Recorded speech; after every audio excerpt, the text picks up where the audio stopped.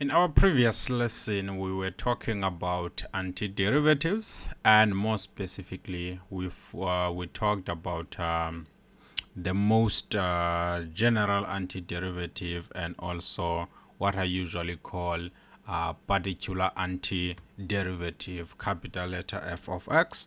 That's what we were doing last time. So we took some examples on that, and of course I still want us to go a little bit further with antiderivatives and initial value problems. Let's take some few examples and then we can move to sequence and series. The reason I usually do sequence and series is because that when we wanted to actually define integrals, you will find out that we need to have a big understanding of area of a rectangle and also the understanding of sequence and series when we want to define. Yes, I will specify some of the things that are not highly possible to come out, but they are good for you to understand, because if we don't do this sequence and series, most students usually struggle when it comes to find the area under the curve. The understanding behind, they usually lack with the understanding, and also when students are actually evaluating integrals, they just evaluating integrals, but they don't really get the meaning behind the integrals and antiderivative and all those things. I'm trying to make sure that we get the meaning. That is why we have to talk about sequence and series. Of course, we're not going to talk about hard things. It's only the few sequence and series. Some of them you're familiar with in metric. Actually, all of them. I'm not gonna add more things because I'm only gonna look at those sequence and series that we will need when we're defining definite integrals. So let's first focus on what we call antiderivatives and go to initial value problems. Then we talk about sequence and series. Just to recap, let's take an example here to recap and also bring our mind to speed. So suppose I am saying to you, find the most general antiderivative, most general antiderivative of the function f of x, and this f of x is equal to 3 e to the power x and then plus 7 sec squared x. So when we are saying find the most general antiderivative, we want a function such that when we are taking its derivative, we get that. That's simply what I am talking about here. So this function we usually use capital letter, if this one is small letter, capital letter f of x. Of course, because we're having these three here, we're just gonna pull it out and then we ask ourselves, what is the antiderivative or particular antiderivative of this? What is a function such that when I'm taking the derivative of that function, I get e to the power x? Of course, e to the power x is the same as just e. The derivative of e to the power x is just e to the power x. So here we're still gonna have e to the power x because the derivative of this is still going to give us the same thing. And then we have a plus here. We pull out the 7 and then we ask ourselves, what is actually the function such that when we are taking its derivative, you get sec squared, and of course we know that it is actually a tan of x. Then the next thing that you want to realize, because when we are saying the most general, we are talking about all the functions such that when you are taking their derivatives, you get this as the derivative, as the first derivative. Then, because we don't know the specific function, So we usually add this c, which is a constant of integration, because we know that the derivative of a constant is just going to be 0. So this is actually the solution we're looking for most general antiderivative. But this part here without the c, it is a particular antiderivative. I hope you can get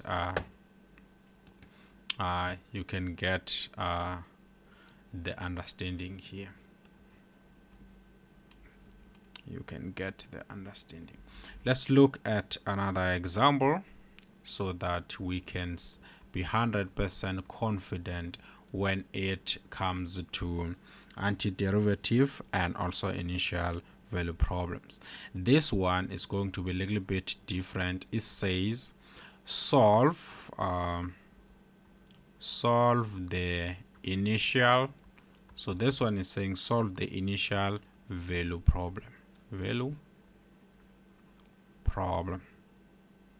So solve the initial value problem. Let me say that solve the following. Yeah, I think that's going to make a lot of sense. Solve the following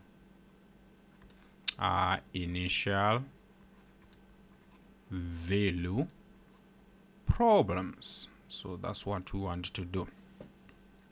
So our A is saying if we take dy dt, we have it equal to t squared plus 1, and we know that our t is bigger or equal to a 0, and our y is actually equal to 0 when t is equal to 0.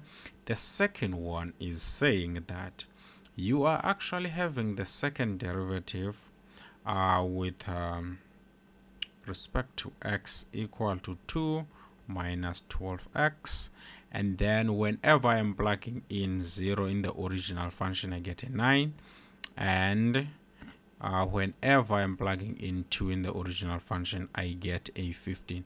I want to explain this before we can move forward. What do we mean by solve the following initial value problem? What we are actually saying here is this: find the specific function for this one. Find the specific function y such that that function passes through this point and its derivative is given by this. That is the meaning of solve this initial value problem.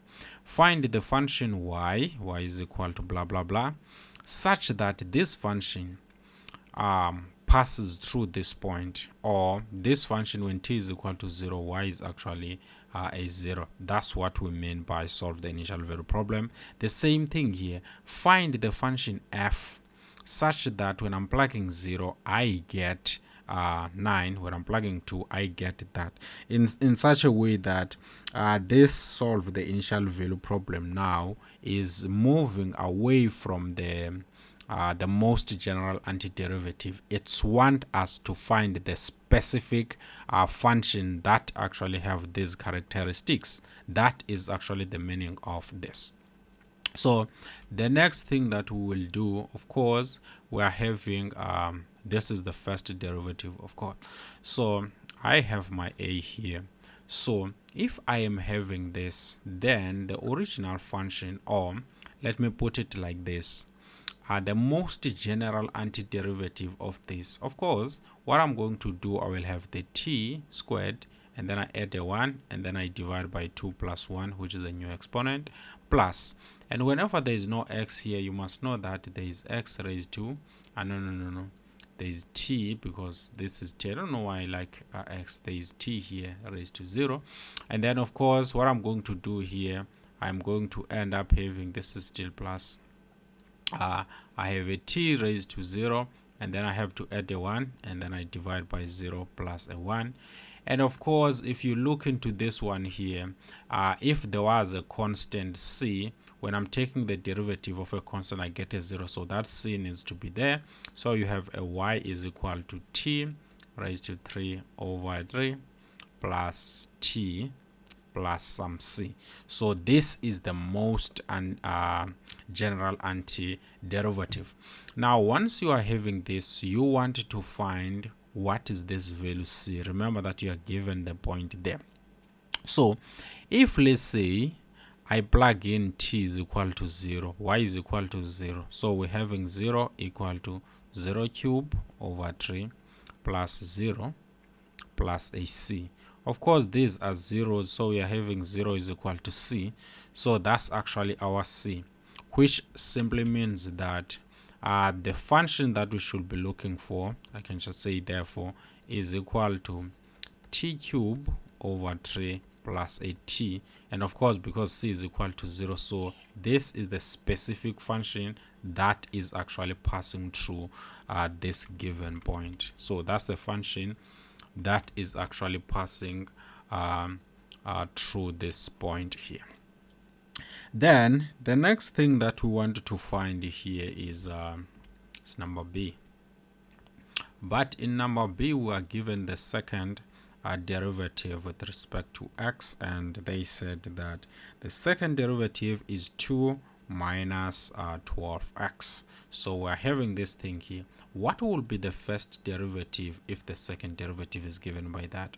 Of course you can see that this is a 2, so it is 2 times x raised to 0, which means that whenever we want to find this one, because this one is the first antiderivative of this, so we have to say 2 times x and then have a 0, we have to add a 1, and then we divide by 0 plus a 1 there, minus 12, and then we have x. There was a 1 there when there's nothing, so we add a 1 and then we divide by a 1 plus a 1.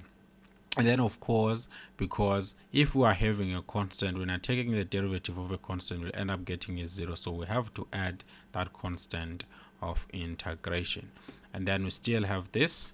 And because we have the second derivative, I usually place a 1 here to differentiate this constant, so that when I'm taking the derivative again, then I know that these constants are not the same. So I usually do that. And then this one of course is going to be 2 times x. 1 plus 0 is just a 1, and dividing by 1 you're still gonna get the same thing. And then here you will end up getting 12x squared all over 2, and 12 divided by 2 is actually a 6, so we will have a 6 here, and then plus a c1. That is actually the first derivative. Then the original function f of x is actually the first antiderivative of this one. So how do we do it? We have a 2, we have an x, because there is a 1 there, it means that we will add a 1, and then we divide by 1 plus 1, and then we have minus 6x, and then we have a 2, add a 1, we divide by 2 plus a 1, and then we add a c1, and then because this is a c1, it means there was x raised to 0, so we'll have x raised to 0 plus 1 all over x raised to 0 0 plus a 1.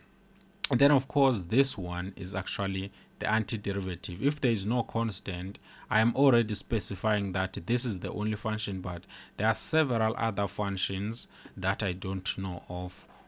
This one can be 5, it can be anything, I don't know what it is, so I have to just place that constant here, because the derivative of a constant is 0, and of course once I have that constant, it has this derivative. So we wanted to end up finding the specific function here.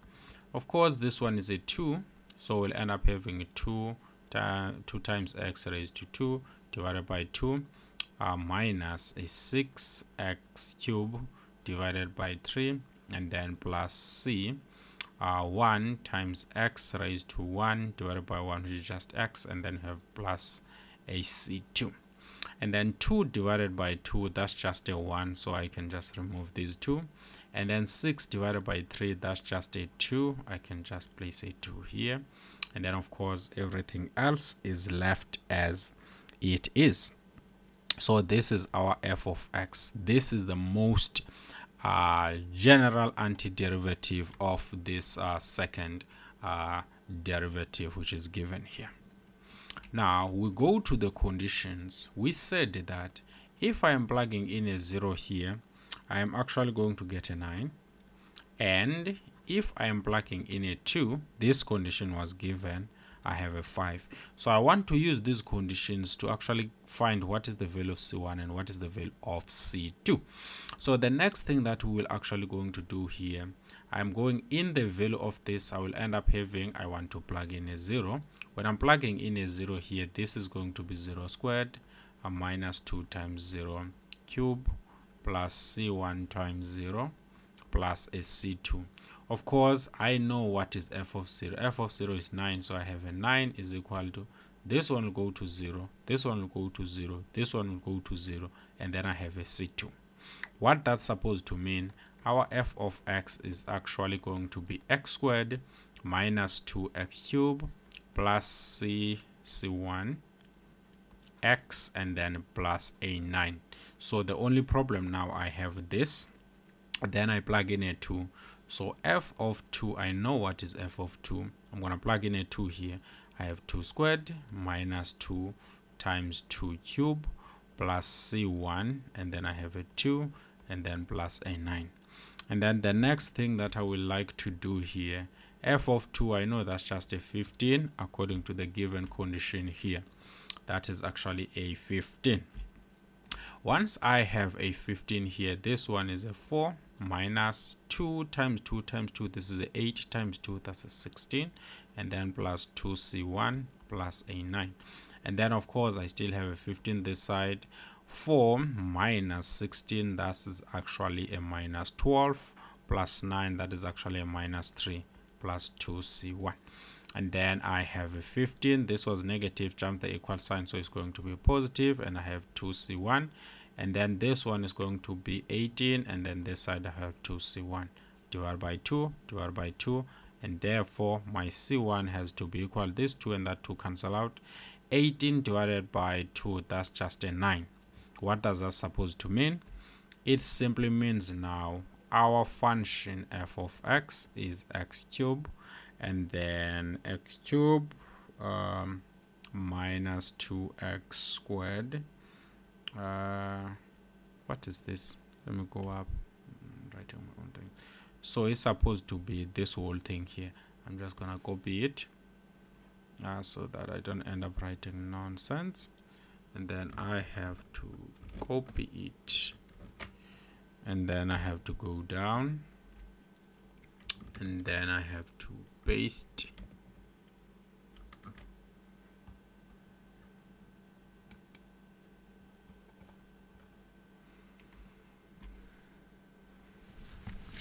Okay, let me control Z. So I have to be here. Yeah, so I am having this thing here, and what is going on here? Yeah, this is actually the final thing that we wanted here. So that is actually what we're looking for. So we have solved our problem here, but our C1 here was actually a 9. So this is the equation that we're looking for from the given second derivative. Now I want us to talk about sequence and series. Sequence, we have sequence and series. I'm not gonna go into depth here. I'm just gonna highlight some of the things that we will actually need. As I've said, the plan is not to make this thing hard, is to make sure that at least we can actually get up to speed. These things, when it comes to sequence and series, we don't usually teach these sequence and series because we believe that, especially these ones that I'm about to do, because we believe that you're supposed to know from the previous. But for those who are not sure or who are not familiar with that, I'm just gonna go quickly to this. So what is a sequence? A sequence, we have a sequence. A sequence is an ordered, so it is an ordered list of numbers.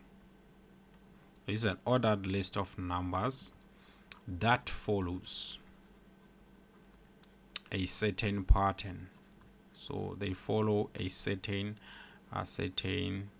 pattern or rule.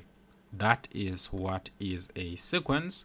And to give you an example, if you are having, let's say, 2, 4, 6, 8, 10, and so forth, we can actually see that this is actually following a certain pattern of even numbers, starting at 2, and we after 2 we go to the next largest and so forth. There is an ordered list. There is an order here, and also there is a particular pattern.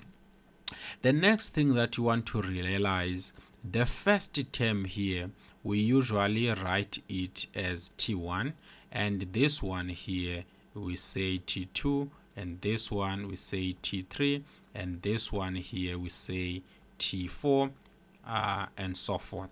So basically, this one here is saying this number here is in the first position.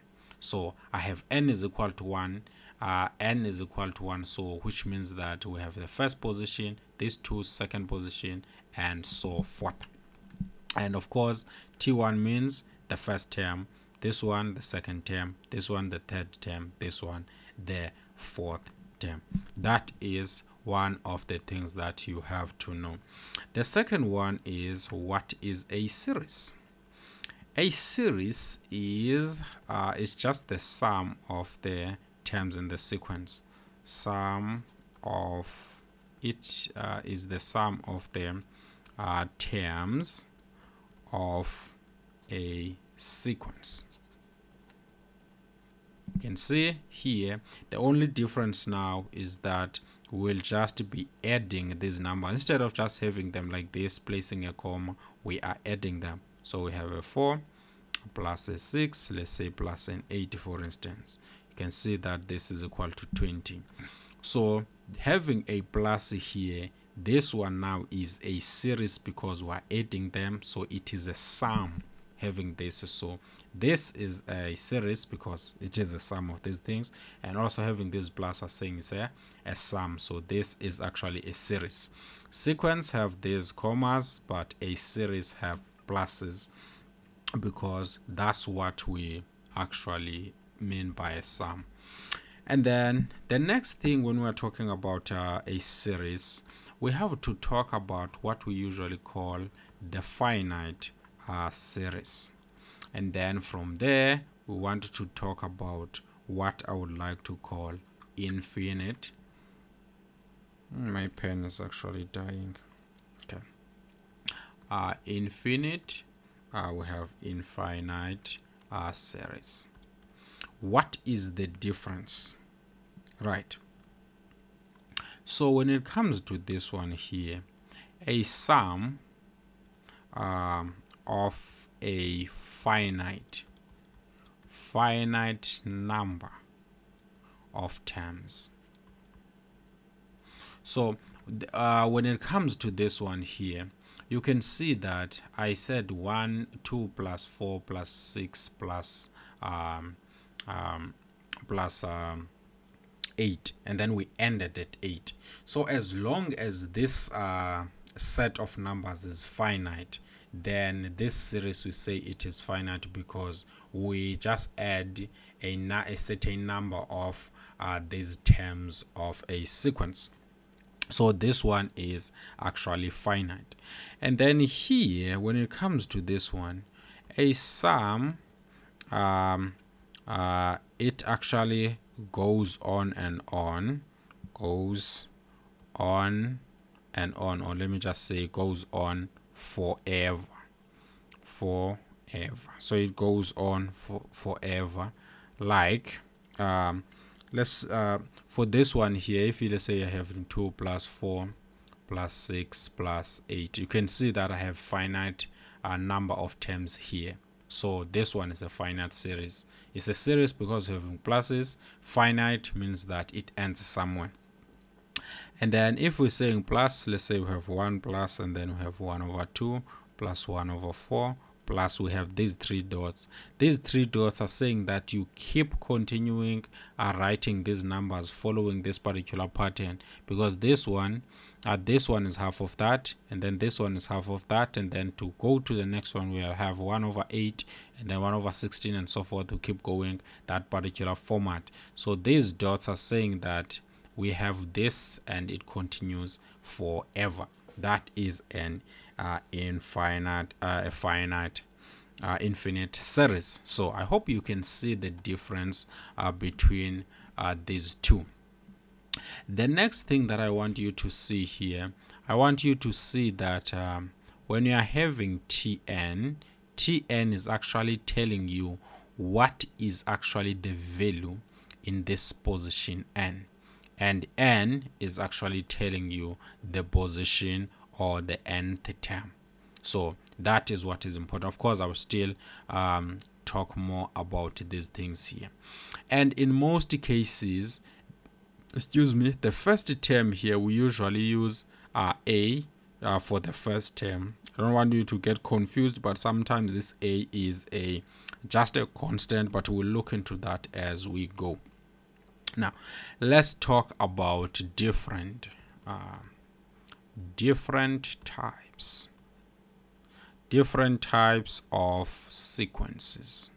Sequence and series.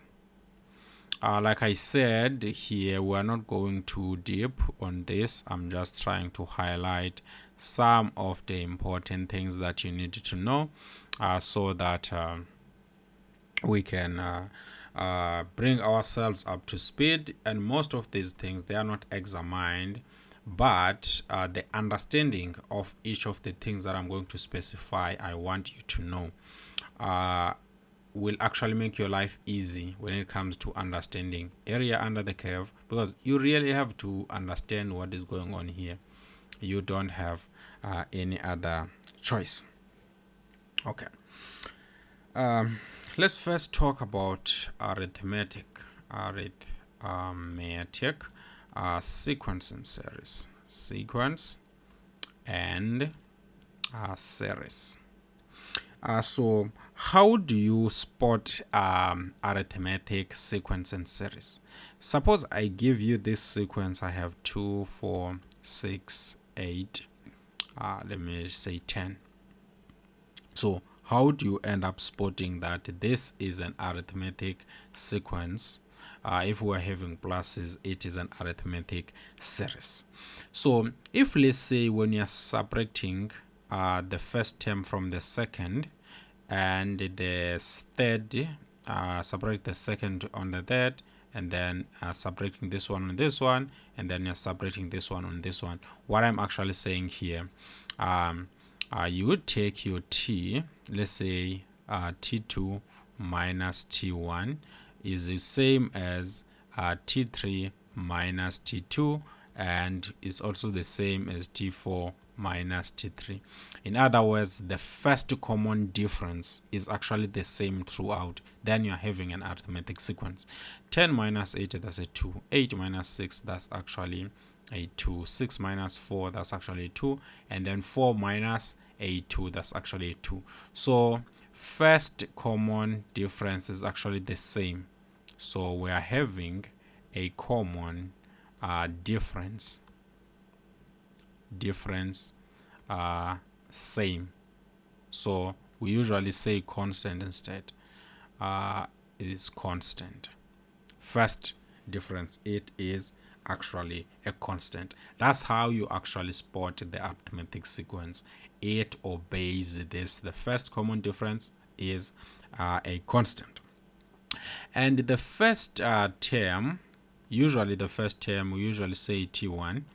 But this one, let me just write like this, t1, which is just a. So I am going to say that our a here is a first term. First, so it's going to be a first term of a sequence or series, because the difference between a sequence and a series is just a plus and these commas. And then D, so in this particular case here, this one here is the same as A. So A is equal to 2, and also T1 is equal to A2, because T1 is the term in the first position. Our D is the common difference. So D is a common difference, right? And then our N, most of the time N and Tn, most people usually confuse them. I don't know why. So let me leave some space here and just write this one. So N, we usually call it is a term number. So this number is sitting in which position? So this number is sitting in the first position. That is actually N. This number is sitting in the second position. That is actually N. This one is sitting in the third position. So N is the term number. So it is a term number. Sometimes we usually call this the number of terms.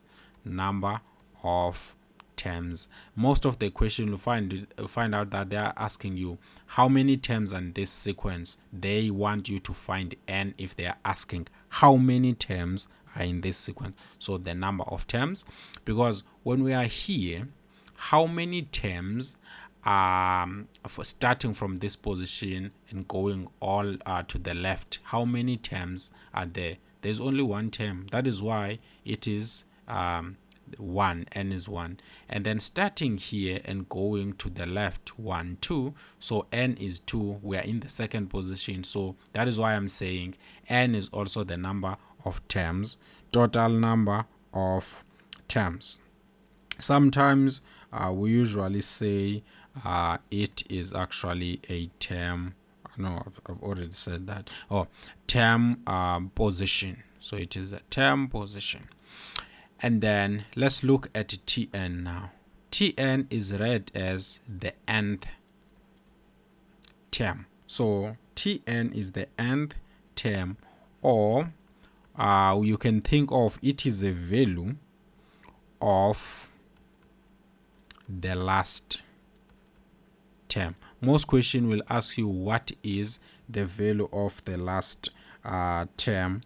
Sometimes they usually say find the value of the term in the last position. In the not last position here.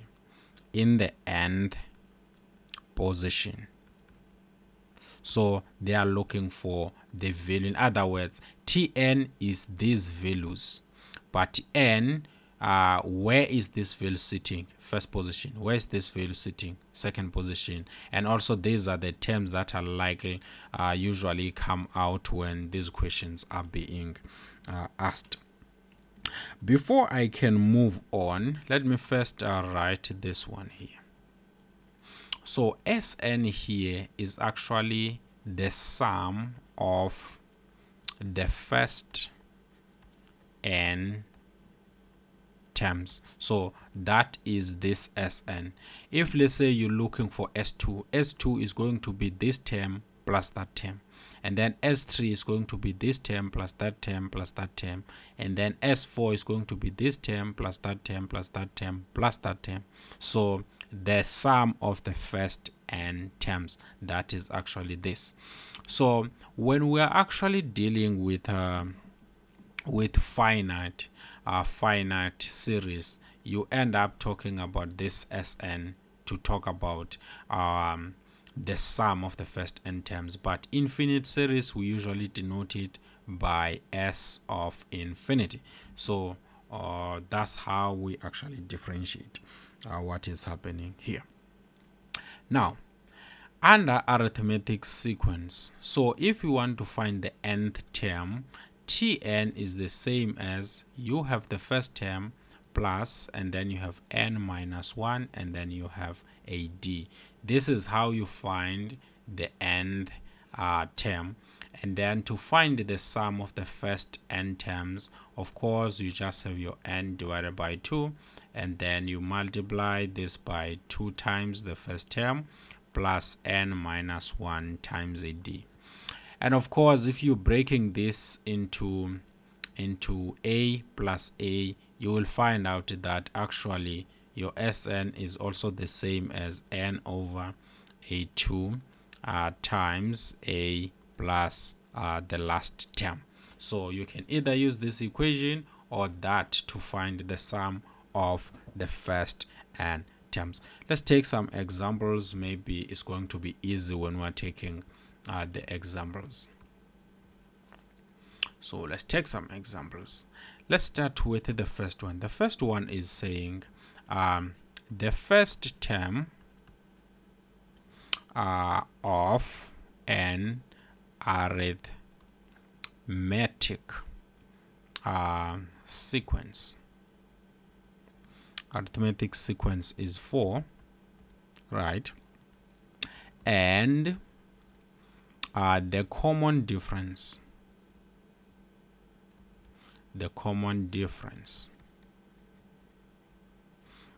is 3. What is the 10th term? So let's go. We have a question mark there, and of course I'm gonna deal with the solution somewhere here. If let's say you go here, I want to go to this notation, nth term, nth term. So we are looking for the value at this position. What is the value at that position? So here, what they are looking for, we are looking for the 10th. So the 10th term, and they already told us this is an arithmetic sequence. So what is given, we have the first term is 4, and then secondly we also have the first term, we have that, and the common difference d is actually 3, and then this 10 is actually n, so n is given as 10, and then we're looking for t10. That is what we're looking for. And you know that for the arithmetic, tn is just going to be, you have your a and then you have your n minus 1 times a d, simple as that. But now we have a 10. What is a is going to be a 4, n is going to be a 10 minus 1, d is going to be a 3. Of course, we still have a 4 plus 9, 10 minus 1 is 9, and then times a 3. And if you focus on this, you have a 4 plus a 27, which is just a 31. That's what we're looking for in this particular example. Let us look at the second example here. The second example is saying, in an arithmetic sequence, the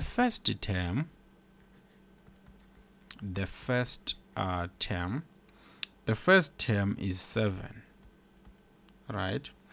And the common difference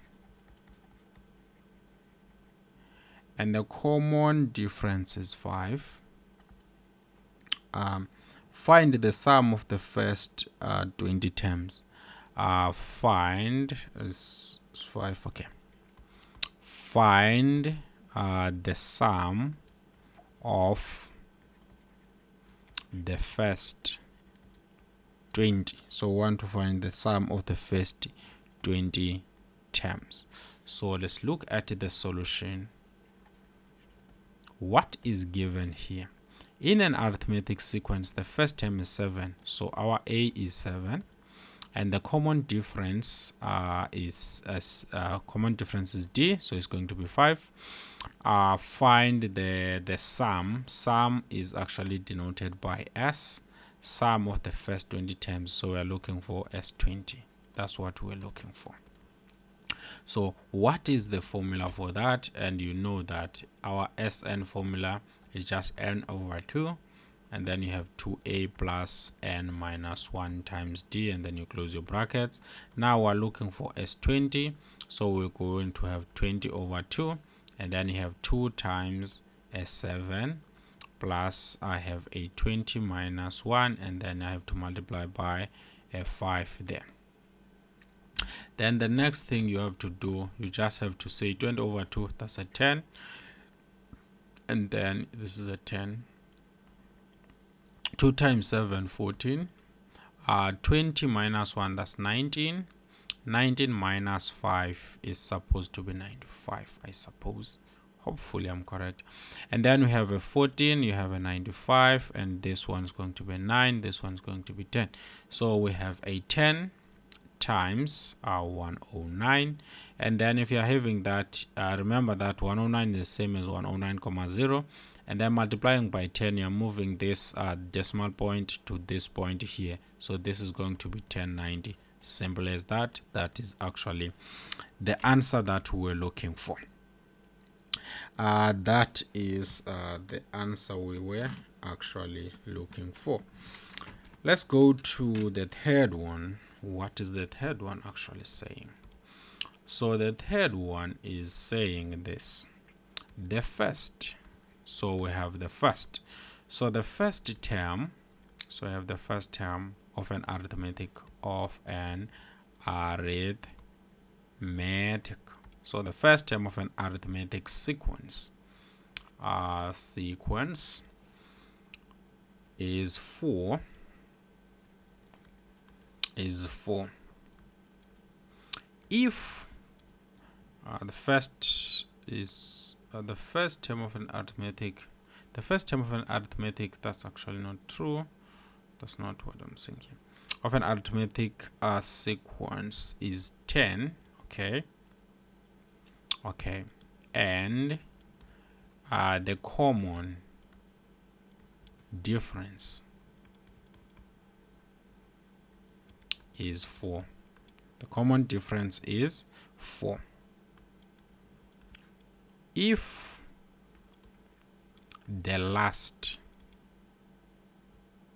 term is 90, how many terms are there in the sequence?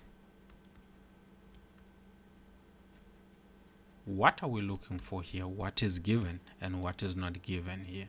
So we have our solution here. Let's go up a little bit here, just for notation purposes.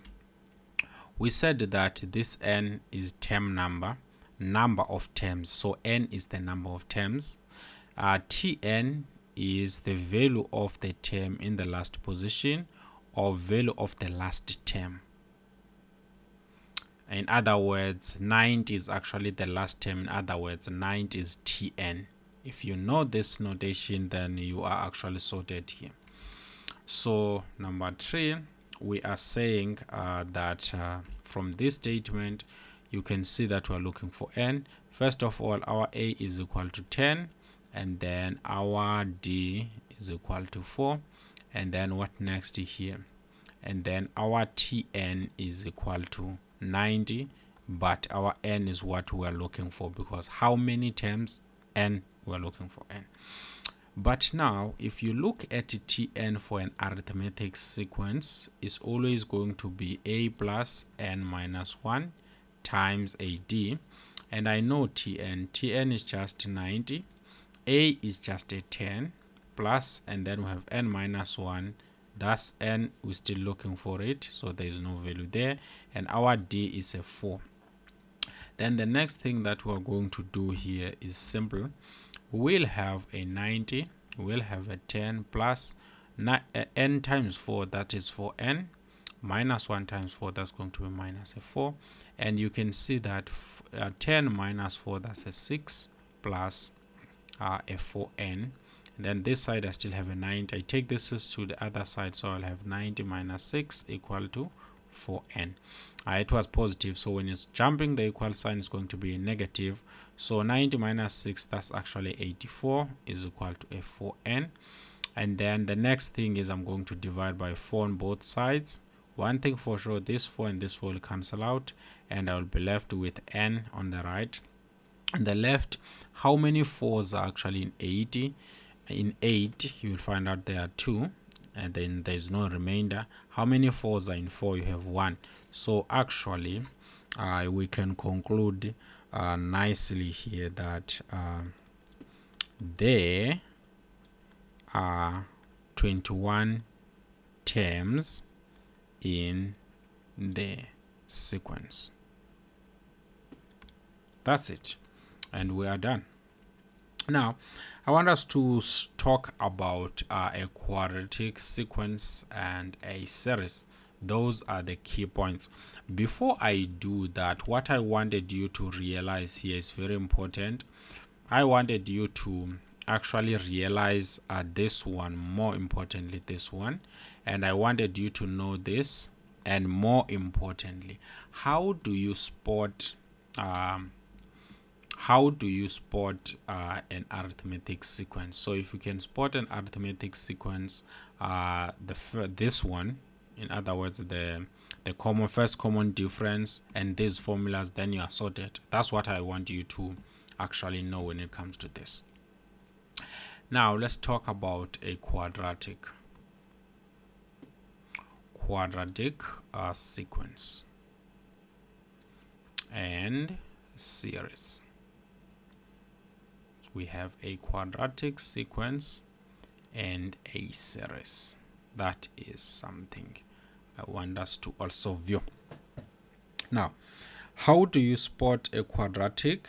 A quadratic, remember that an arithmetic have only one difference. Quadratic have second constant difference. That is what is important with this one. E.g., let's suppose that you are having 2, you have a 6, you have this sequence here, you have a 12, and then you have a 20, and then you have a 30, for instance.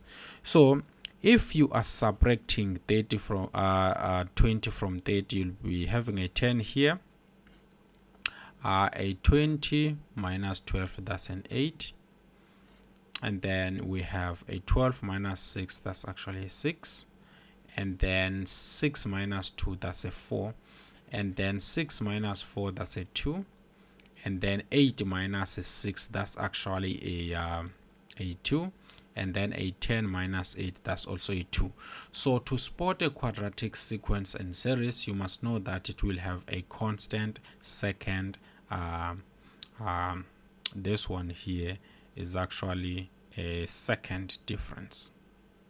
Second difference is equal to a constant. So that is what you need to notice to differentiate a quadratic sequence or series from that of an arithmetic. It has a second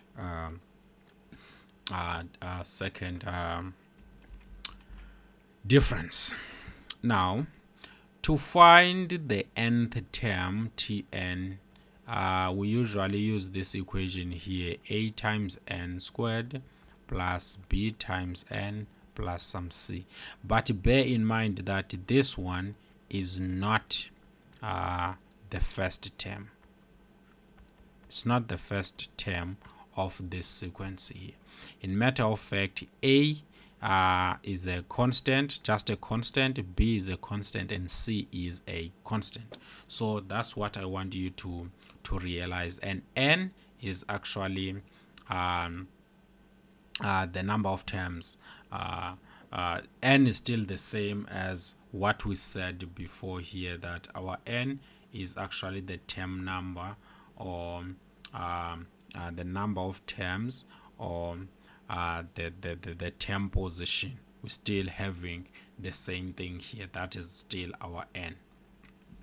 So that is actually the nth term. That's how you find the nth term. And another thing here that I want you to realize, that if you multiply 2a, 2a is actually equal to the first this first term in the second difference. And then if you are having 3a plus a b, it must be equal to this first term there. And if you are having a plus b plus c, it must be equal to this first term here. In other words, you use these three equations to find these values in this equation here. Sometimes these are given, you have to find this. Sometimes this one is given, you have to find that. So that is what is important. Sometimes this one is the one that is given, and you want to find every single thing depending on how advanced a question is. That's what is important here. The next thing here is actually the sum of the first n terms. How do you find the sum? Once you have your a, b, and c, to find the sum of the first n terms, you have your a, and then you multiply this by n times n plus 1, and then you have 2n. This one's supposed to be 2n. You have your 2n plus 1 here divided by 6, and then of course you close your brackets and you have a plus b, and then here you will end up having n, and you have n plus 1, and then you divide this by a 2, and then of course plus c times n. So that is actually the equation of finding the first n terms. When it's coming to the quadratic series, what I want you to find, I'm actually more interested, I want you to make sure that you don't forget, is that if, let's say, I want the sum from 1, that starts at 1, up to n of I squared only. So you are having this sequence here. This sequence is 1, and then you have 4, and then you have 9, and then you have 16, and then you have 25, and so forth. You are having this. This is equal to 1 plus 4 plus 9 plus something of this type plus 16 plus blah blah blah up until you have n squared. This one here is the same as just n, and then you have n plus 1, and then you have 2n plus 1, and then divided by a 6. So this one can be derived from this equation. I want you to make sure that you don't forget this formula here. That is what I want you to end up finding. Of course, this one here, 4, it was 2 squared, and this one was actually 3 squared. This one was actually a 4 squared. That is what I mean. So this one, I want you to make sure that you don't forget. Let's look at the examples first and see if you can get some familiarity on this. These are the examples. I'm gonna write them black. I have examples. Let's start with the first one. The first one is saying, given the sequence. Given the sequence, and our sequence is 1, is 4, it's 9, it's 16, it's 25. Okay. The question is this a quadratic? Is this a quadratic sequence? Is this a quadratic sequence? Secondly, show the first and second differences. So that is actually the question. Let's look at how you can actually go with the solution. To check if this sequence is a quadratic, the first thing you just have to write this sequence as it is. You have a 16, you have a 25. The second thing, you have to actually find the first difference. 25 minus 16, what is 25 minus a 16? That's supposed to be a 9, of course. 9. 16 minus a 9, that is supposed to be a 7 if I'm not mistaken. And then 16 minus a 9, that's supposed to be a 7. 9 minus 4, that's a 5. 4 minus 1, that is actually a 3. 5 minus 3, that's a 2. And then 7 minus 5, that's a 2. And then 9 minus 7, that's a 2. Because this one here is constant and all these numbers are the same, you can see that the second difference, which was actually asked, is this one here. This one is second difference. This one here is the first differences. This is also differences. You can just say, because this one is the same, this number is constant, you can just say that the second differences is constant, hence the sequence is quadratic. Yeah. As much as some people would say that this is vague, I don't know what they are thinking. They can think whatever they want, because they usually think that even in the case whereby the first is constant, when you're separating, you'll get a 0, and 0 is a constant. We are not talking about that here. We're only talking about these numbers. Is it the same? 1 1 1 1 or 2 2 2 2 2. That's what we're talking about, not 0 0 0. Because if we are having 0 0 0, which means this one we're having this one is also a constant. That's actually question number 1. Let's try and look if I have an example here. Let's look for an example. Okay. Let me write a second example here. Number 2. Number 2 is saying, given the quadratic sequence,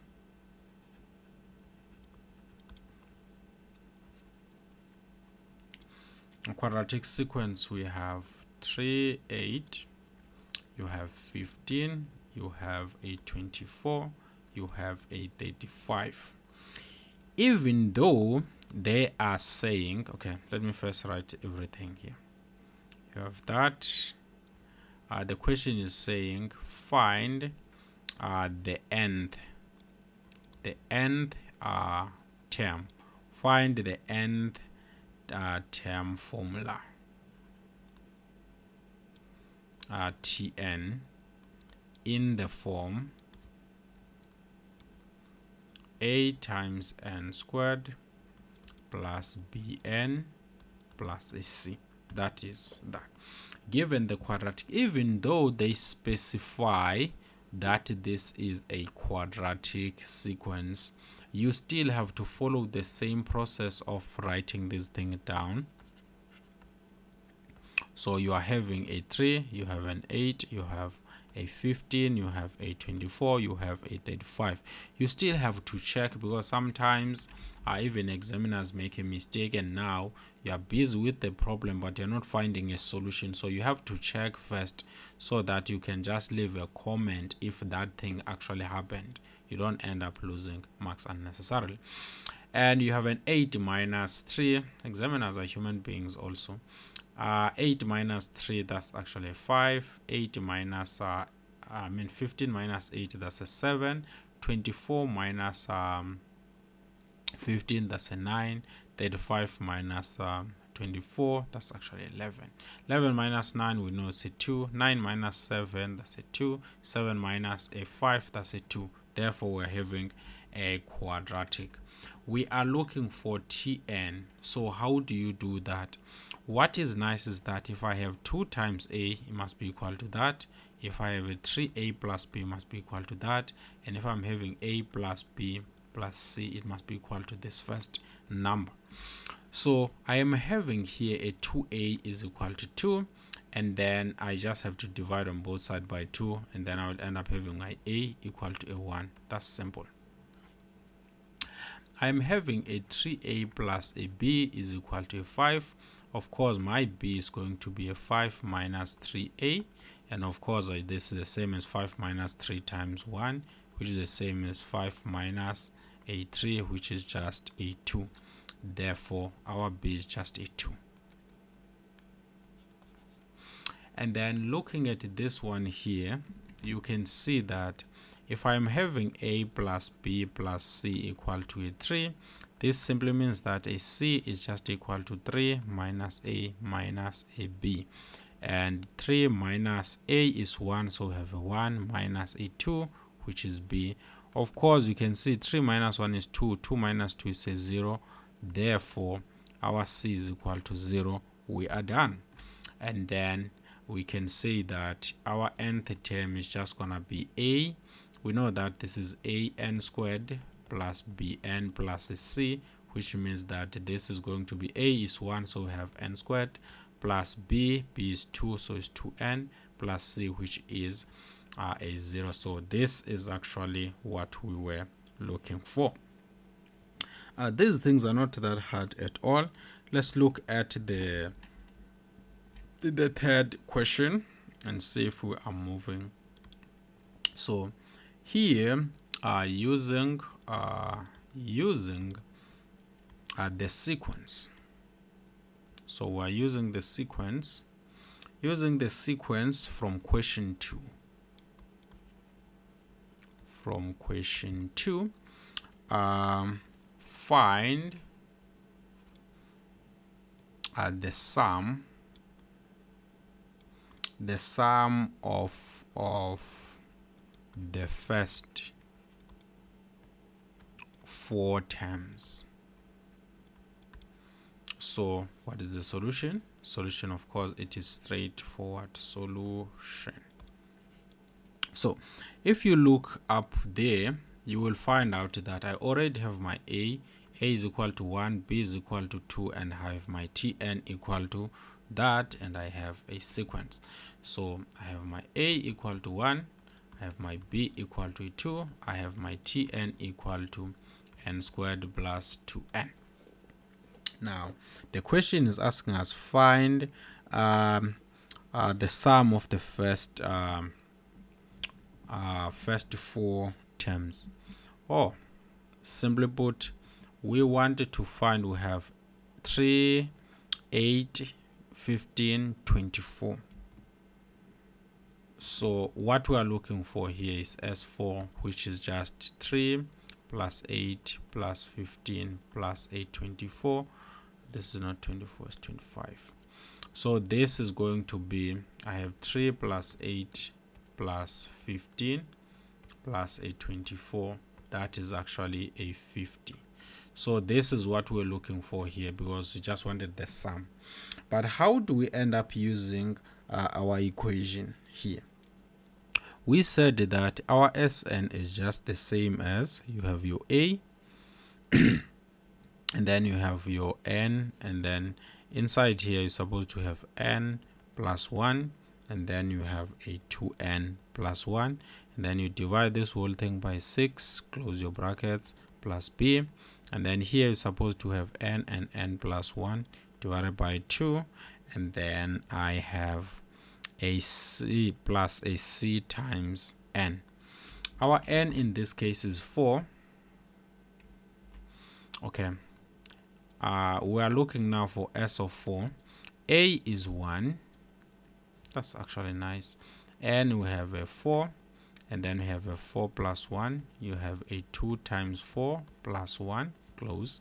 Divide this whole thing by 6, plus b, which is 2, and then you have a 4, and then you have a 4 plus 1 divided by 2, and then here you will end up having a 0 times a 4.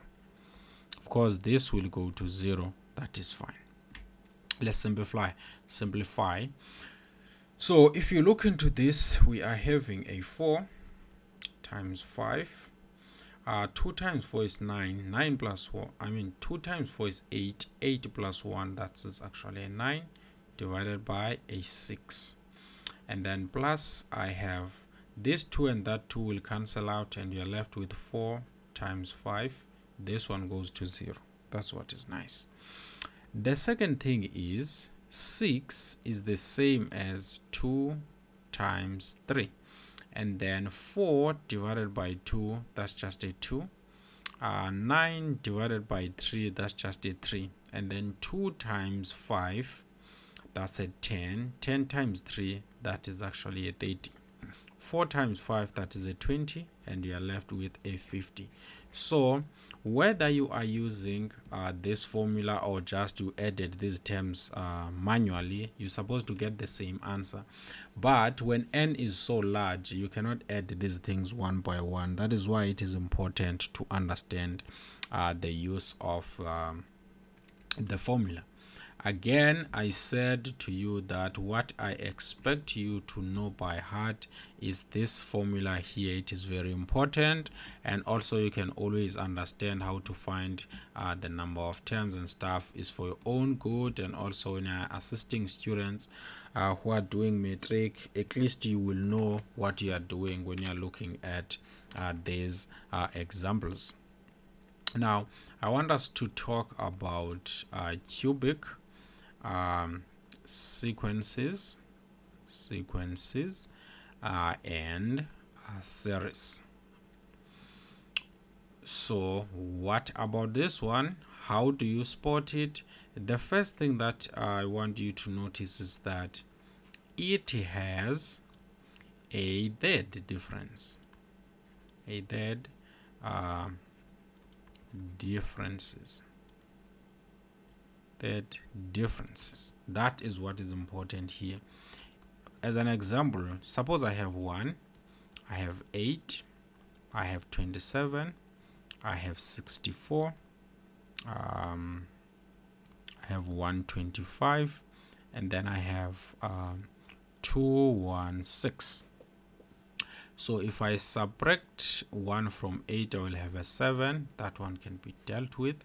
And then I have 27 minus 8. I will have a 19.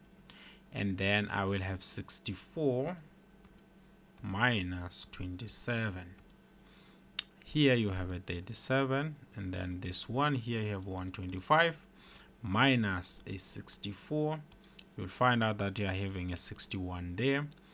And then the last one is going to be 216 minus 125.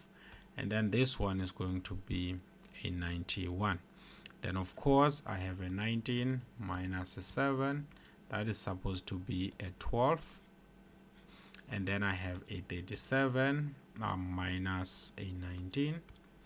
That is actually an 18. And then I have a 61 minus 37. That is actually a 24. And then I have a 91 minus 61. That is actually a 30.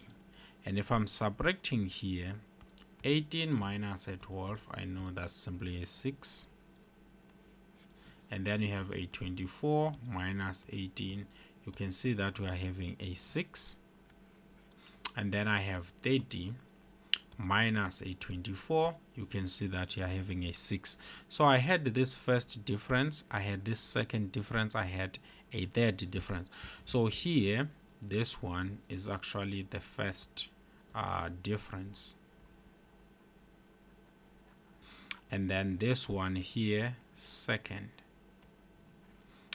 difference. And then this one here is actually a third difference. So that is actually what we are having in this particular cubic sequences and series. So The nth term is usually found by an cube plus bn squared plus cn plus ad. So when you look into this one here, you will find out that this one is a constant. It is not the first term like with the arithmetic. It is the constant. This b is also a constant. This one is also a constant. And also this one is a constant. And n, of course, it is actually the position of each term, like in the previous sequences, different types of sequence and series. Secondly, if you are looking for the nth term, the sum of the first n terms, all you must realize that this is going to be a times n, and then I have n plus 1, and then divide this whole thing by 2, and then I have to square it, and then plus b. This a is that a, like in the case of a quadratic, and then here you will end up having n times n plus 1 and 2n plus 1, and then you divide this whole thing by a 6, clean, and then plus c times, it's supposed to be the same as that, you have n plus 1 divided by a 2, and then of course you close the brackets, plus d times n. So this is the general equation that you can use to find the sum of the first n terms. What I am expecting from you to know is that if you wanted to find the sum of the first n terms of I cube, which is the same as just 1 plus 2 cube plus 3 cube plus 4 cube, blah blah blah, up until you arrive at n cube. This one, I want you to know by heart that it is just n, and you have n plus 1 divided by 2, and then you actually put this inside, and then you square it. That's what I want you to know under this kind of sequence and series. So I'm not gonna take examples on this because the only thing that I want you to know is that. And then let's talk about something else now, because these ones, we talked about arithmetic, we talked about quadratic, we talked about cubic. Now I want us to talk about geometric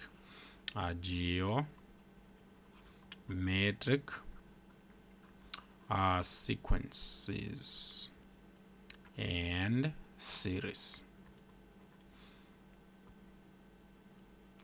So when you look into the sequences and series, the geometric ones, how do you spot it?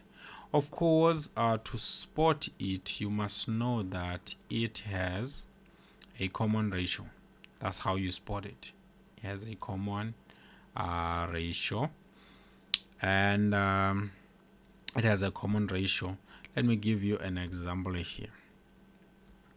Suppose I have 5, I have 15, I have 45, I have 135.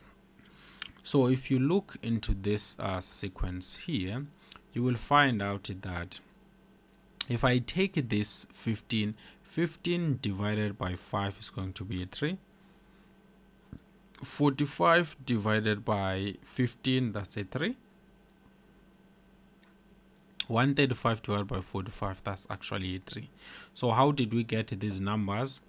This one here is just, remember that this one is T1, this one is T2, this one is T3, this one is T4.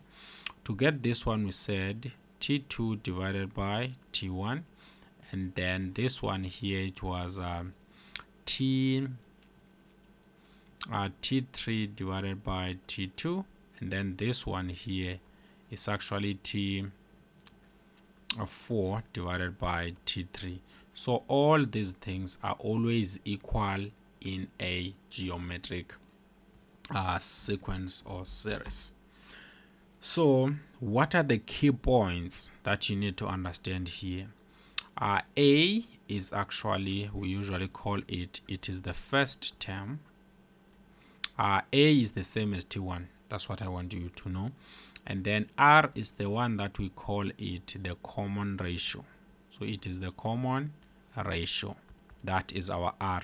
Of course, our R is the same as T2 over T1, or T3 over T2, or T4 over T3, something like that. That is actually the common ratio. The next thing that I want you to know, of course, is N. N, we said that it is the term number, right?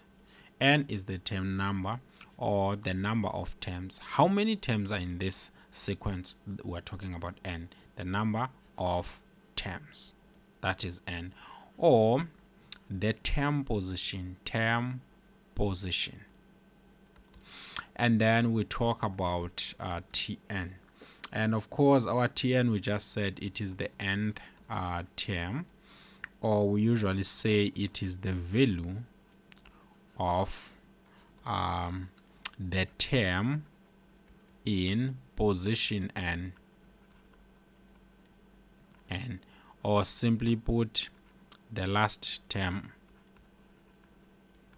of a finite sequence or series. That is our Tn. The next thing that I want you to know is that in general, our Tn is just, you take the first term, you multiply by the common ratio raised to the term number minus 1. That is actually your Tn. And your Sn is simply going to be, you have a, and then you multiply your a by 1 minus r raised to n divided by 1 minus r. That is actually, those are the two things that I want you to realize. I want you to know this. I also want you to know that. So I am expecting you to know these things. And also now, the next thing that I also want you to introduce here is this. If, let's say, I want you to find the S, and then I place an infinity there. This one, we usually call it sum to infinity. The meaning of this is that you are looking for the limit as n approaches infinity of S of n. This is actually what it means. So if, let's say, we are looking for sum to infinity of a geometric, of course we will end up getting the limit as n approaches infinity of this thing here, because Sn is that thing. So you have a, and then times 1 minus r raised to n all over 1 minus r.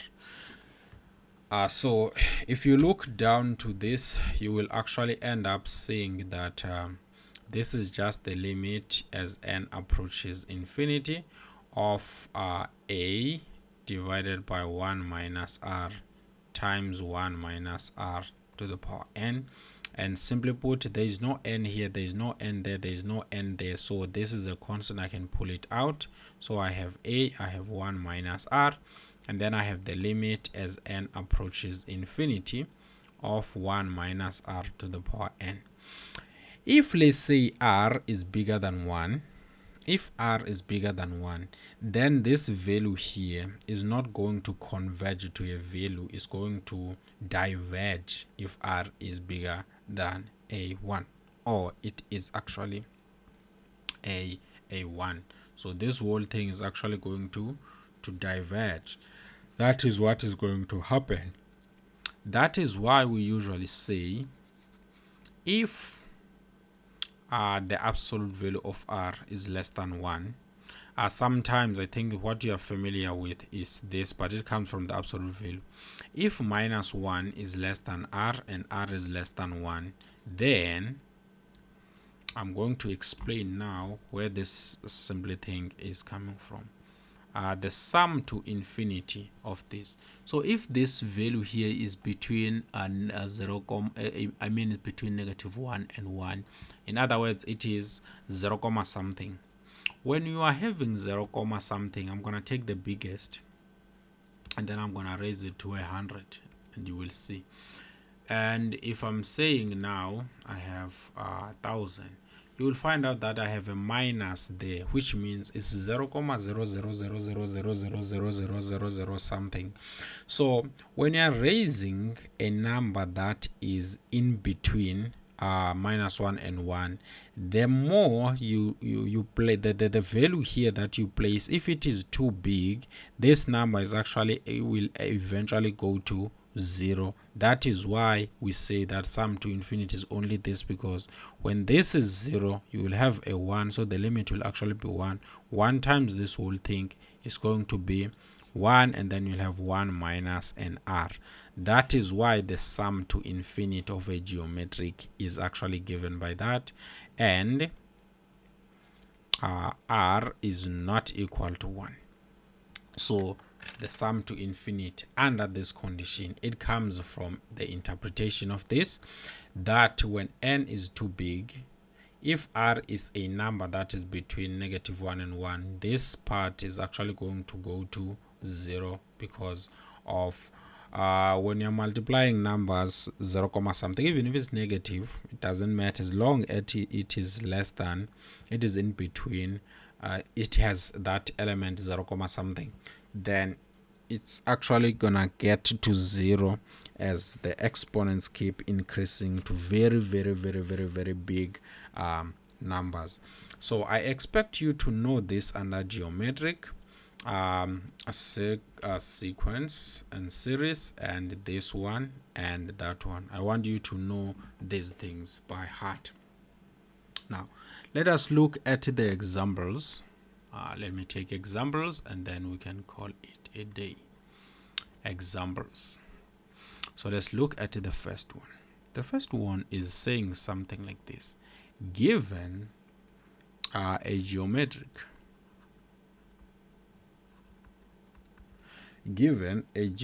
sequence, with first term,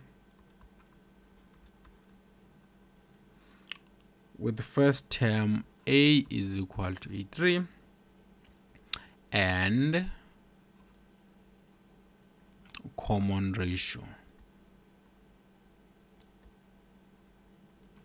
So we have a common ratio r is equal to a2. Find the sixth term. Find the sixth term.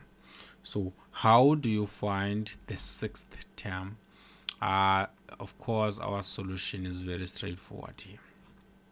So a is given, it is a 3, r is given, it is a 2.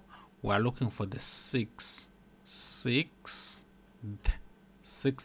term. So this is what we are looking for, sixth. So what is important here is this: the nth term of a geometric is always characterized by a times r raised to n minus a 1. So that's what we're looking for here. So t, the sixth term, is going to be, what is a is going to be 3, and then r is going to be 2, and then n is not given, but we have a 6 here, so 6 is sitting in the value of n, so we'll end up plugging a 6 here, minus 1. And of course, don't make a mistake of multiplying this and that without sorting the exponent first. So we have a 3 times 2 raised to 6 minus 1 is a 5, which is the same as 3 times 2, 2, 2, 2, 2, 1, 2, 3, 4, 5, and then we can see what we are getting. I have a 3, 2 times 2 is a 4, this one is a 4, this one is a 4, 4 times 4, that's actually, okay, 2 times 2 is a 4, 4 times 2 say 8. 8 times 2, that's actually a 16. 16 times 2, that's actually a 30. That's actually a 32. 3 times 32, I know that this one is actually going to be 6. 3 times 2, that's a 6. 3 times a 3, that's actually a 9. So we have a 96 as our solution. Let's go to another example. This one here, I'm gonna say is number 2. Given a geometric sequence. Given a geometric sequence, we have 5, we have 15, we have 45, we have 135. Find the first term. So we want to find the first term, A, and the common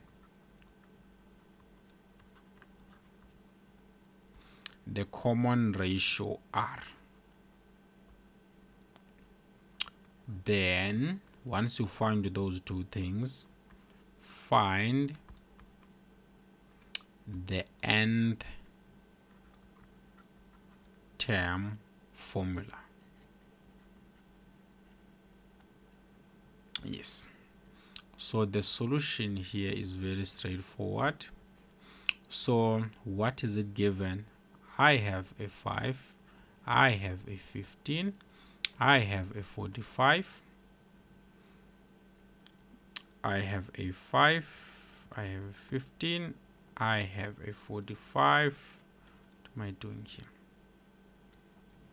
Have a 45, I have a 135.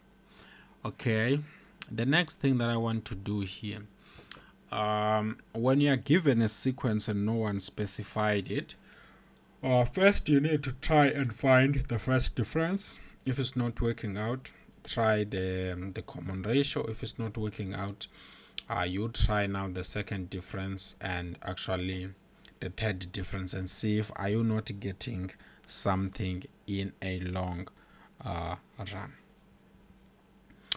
Just to say something here,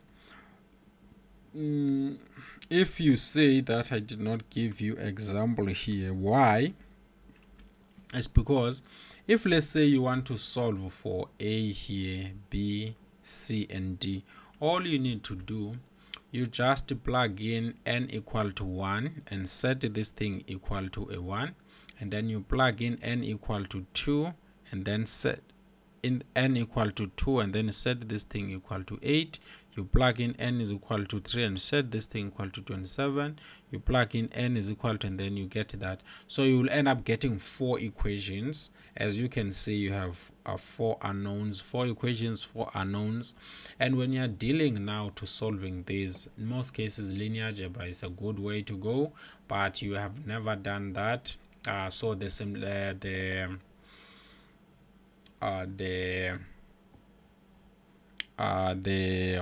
what I call it, so to solve this is actually, it will be hard to solve it with simultaneous equations. With linear algebra it will be easy. So that is why I did not go through the example there. What is important, I want you to just know those formulas and be ready when I'm telling you maybe the formula for this is this. At least you know the formula and you are familiar with, so that we can move forward.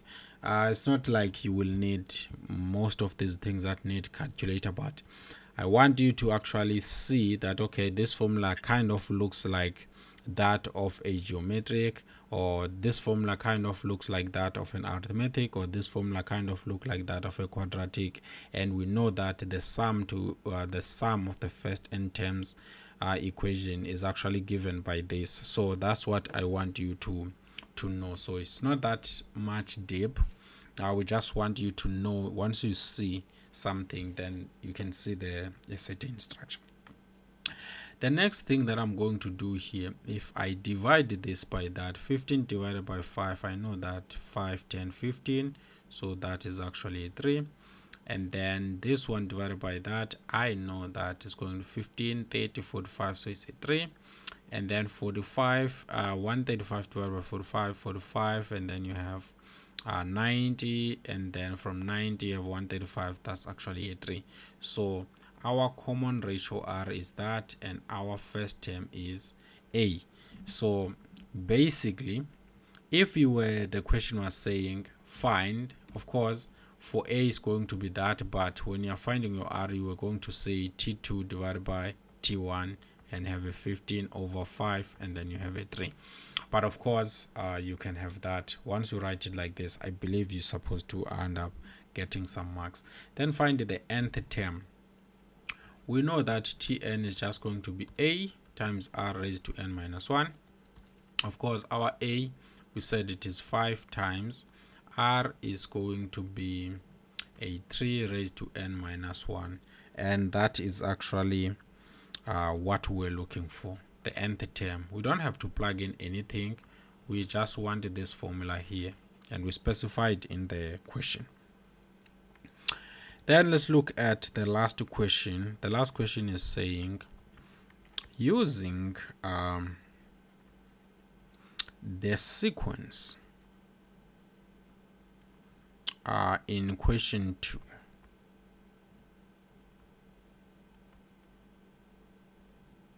that is 5, 15, 45, 135, and so forth. Find or calculate the sum of the first 5 terms. So this one is very straightforward because I have 1, 2, 3, 4. Okay, first 5 terms, not 4, we have 5. 1, 2, 3, 4, 5. Okay, the first we have a solution here. Okay, the first the first method that you can actually do here, a matter of fact, you don't even need that. You just need to find the first 5, which is just going to be remember that Sn for a geometric, because this is a geometric, it has a common ratio. So Sn, we know that it is A times 1 minus Rn all over 1 minus R. So when you look into this, the first one is going to be 5, and then of course I have a 1 minus R, we know that is a 3, and then n is going to be this 5 here, 5. Take note that this one is the first term, which is that 5, it's not this 5. And then you divide this by 1 minus a 3, and then of course here whatever you're going to get is something that is very nice. So you are having a 5, and then here you will end up having something nice, which is 1 minus 3, and then you raise it to a 5, and then you divide by 1 minus a 3. And then once you are having that, you can just have your final answer as 605. That is actually one way to deal with this with a formula. But if you decide that I am going to first, this is actually it, this is supposed to end here. If you decide that you first need to find T5, what is T5?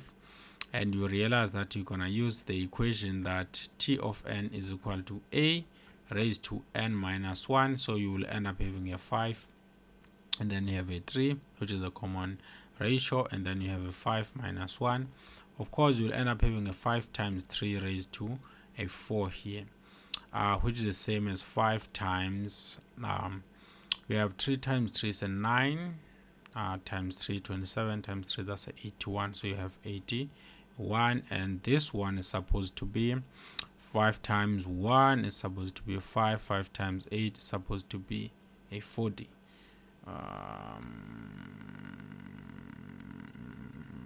Supposed to be a 5, and then this 1 times 5 is supposed to be a 40. I think so. It's supposed to be a 40. Okay, then S5, you know that S5 is the same as T1 plus T2 plus T3 plus T4 plus T5. So this one is also another way of finding the sum of the first n terms, and we already know these numbers. This is a 5, this one is a 15, this one is a 45, 135, this one is a 45, this one is a 135, and this one here is actually 405. So what is the final answer? So we have 405 plus 135 plus 45 plus 15 plus a 5. This is 605. So you can go this route or you can go that route depending on which route you actually end up liking. Like I said, when it comes to arithmetic, I want you to be able to spot if I give you I give you a sequence, you can know, okay, this is an arithmetic, or this is how you deal with arithmetic. If I give you a quadratic, you must know, and you must know these formulas. If I'm giving you a cubic, you must know. If I'm giving you a geometric, you must know, and you must know all these formulas. So this lesson we are going to end here.